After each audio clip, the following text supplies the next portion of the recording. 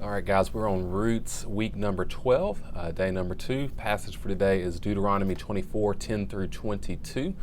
Uh, Such a great passage, and it is unusual because, like, more often than not, people don't really preach on or even just read a lot of the laws, like where God is telling people what to do and what not to do in those first 5 books of the Bible. But in examples like this, they're so cool because you can just see the heart of God and what He wants and what He's like in what He commands. So there's a little bit of I'm going to break this up into chunks and kind of try to do like a speed round of explaining everything, just so you can see sort of what I'm talking about. So let's start in verse 10. Deuteronomy chapter 24, verse 10 says, "When you make a loan of any kind to your neighbor, do not enter his house to collect what he offers as security. Stand outside while the man you're making a loan to brings the security out to you. If he is a poor man, do not sleep with the garment he has given you as security. Be sure to return it to him at sunset. Then he will sleep in it and bless you, and this will be counted as righteousness to you before the Lord your God." Now, what it's talking about is talking about like making loans and collecting security. So, like, I don't know if you've ever done like been in a pawn shop before, but basically what happens is you can go into like a pawn shop. You can say, "I need a loan for $200." Now, obviously, if you make a loan, then you're anticipating paying it back, right?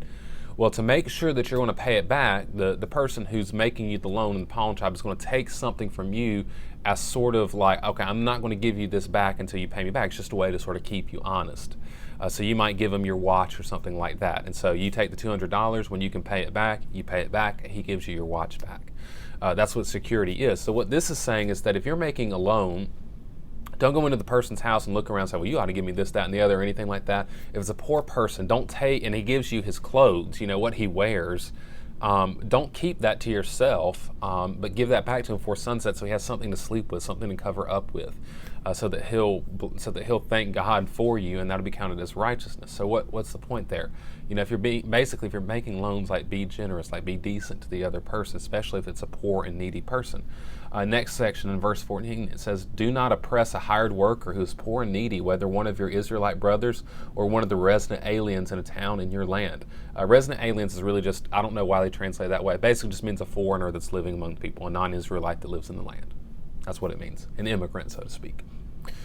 You are to pay him his wages each day before the sun sets, because he is poor and depends on them.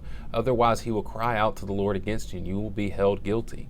Basically means pay people up front, take care of them. They depend on that. Verse 16, "Fathers are not to be put to death for their children, and children are not to be put to death for their fathers. Each person will be put to death for his own sin. Do not deny justice to a resident alien or a fatherless child, and do not take a widow's garment as security. Remember that you were a slave in Egypt, and the Lord your God redeemed you from there. Therefore, I'm commanding you to do this." Basically talking about justice, like you don't punish somebody for the sins of their child. You don't punish a child for the sins of their father. You don't deny justice to somebody because they're poor and needy or because they don't have a lot of power. Talking about people who are widows or foreigners or orphans. You're supposed to take care of them and give them justice as well.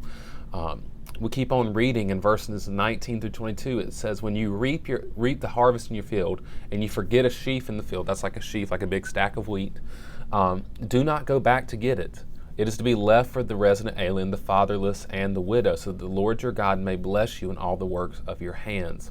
When you knock down the fruit from your olive tree, don't go back over the branches again. What remains will be for the resident alien, the fatherless, and the widow. When you gather the grapes of your vineyard, do not glean what's left.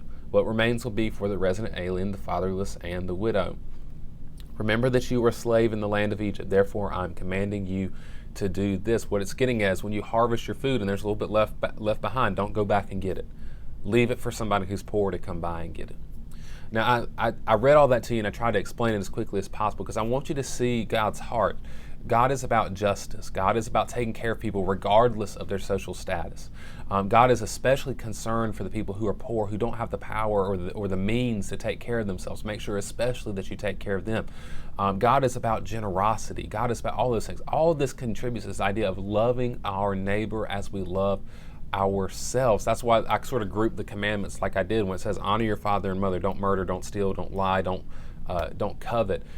Those things get at the idea of loving your neighbor, which is what God wants us to do. God wants us to take care of people regardless of who they are and not neglect people to do it. And he says twice in there, remember, you were a slave in Egypt, and the Lord your God redeemed you from there. Well, look, we were slaves to sin and death. We were redeemed at a high cost by Jesus Christ, by God in coming to us in the flesh. And so if God did that for us, how should we treat other people? Exactly like he treated us. So love other people, be generous, be kind to each other, treat each other decently. Even people who are not like you, even people who don't have the means to take care of themselves, treat them especially well.